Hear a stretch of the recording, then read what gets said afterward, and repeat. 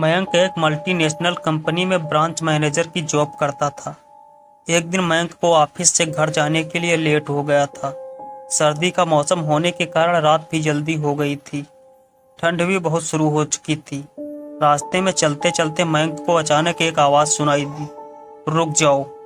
मयंक वहीं पर रुक गया और पीछे मुड़कर देखा, लेकिन पीछे कोई भी नहीं था। फिर से वही आवाज़ सुनाई दी, सामने देखो। जैसे ही मयंक ने सामने देखा तो उसे जमीन पर कुछ चमकती हुई चीज दिखाई दी। मयंक दौड़ के उस चीज के पास गया और देखा तो वह कोई साधारण चीज नहीं थी, बल्कि एक चमकता हुआ हीरा था। उसने वह हीरा अपने हाथ में लिया। उसकी चमक देखकर मयंक को खुशी का पार ना रहा, लेकिन मयंक को कहाँ पता था कि यह कोई साधारण हीरा नहीं है, बल्कि यह एक मायावी हीरा है। अचानक उस हीरे से आवाज आई, अगर तुम्हें और हीरे चाहिए तो इस जमीन को खोदो। इस जमीन के नीचे बहुत सारे हीरे हैं। मयंक खुश हो गया। उसने उस हीरे को अपनी जेब में डाला और जमीन खोदना शुरू कर दिया। करीबन 2 फीट जमीन खोदने के बाद अचानक मयंक डर के मारे चिल्लाने लगा। इसके कारण उसका संतुलन खो गया और वह जमीन पर गिर पड़ा, क्योंकि उस गड्ढे में से हीरे मोती नहीं बल्कि किसी इंसान का कटा हुआ सर मिला। अचानक वह सर हवा में उड़ने लगा और बोला, डरो मत, मैं तुम्हें कोई हानि नहीं पहुंचाऊंगा। मैं तुम्हें बहुत सारे हीरे और जेवरात भी दूंगा।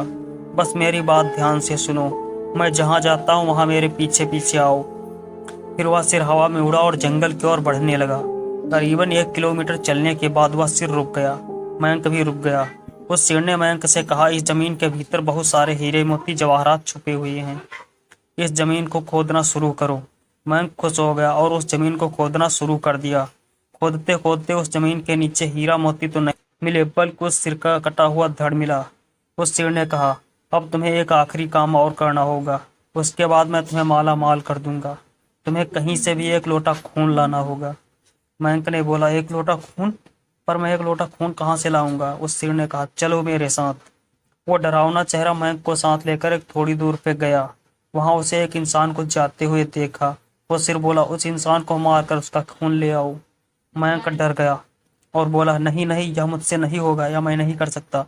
अगर तुमने यह काम नहीं किया तो मैं तुझे बहुत बड़ी मुसीबत में डाल दूंगा, फिर तुम्हारी पूरी जिंदगी नर्क बन जाएगी।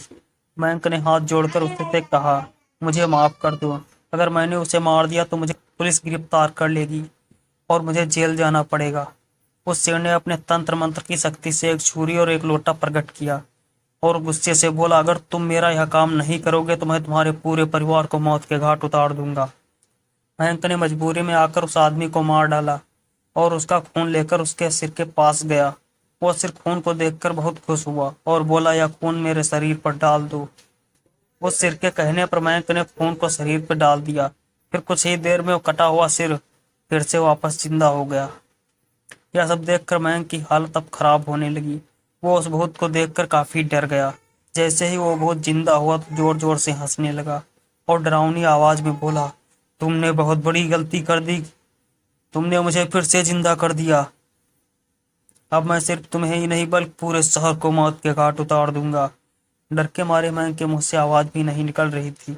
वो अपने जान बचाने के लिए वहां से दौड़ा, लेकिन उस भूत ने छलांग लगाकर मयंक को जमीन पर गिरा दिया और बोला, मुझे बहुत भूख लगी है, अब मैं तुम्हारा मांस खाऊंगा। जैसे उस भूत ने मांस को खाने के लिए आगे बढ़ा कि तुरंत उसका सिर धड़ से अलग हो गया। मयंक समझ नहीं पाया कि आखिर यह चमत्कार कैसे हुआ। जब मयंक ने पीछे मुड़कर देखा तो एक अघोरी बाबा खड़े थे। उस अघोरी बाबा ने कहा, जब तुम उस आदमी को मारकर उसका खून ले जा रहे थे तभी मैंने देख लिया था और समझ गया कि कुछ तो बुरा होने वाला है।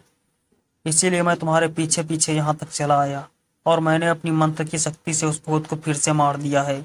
अब तुम निश्चित होकर अपने घर जाओ। अब तुम पर कोई खतरा नहीं है। आज भी मयंक उस बात को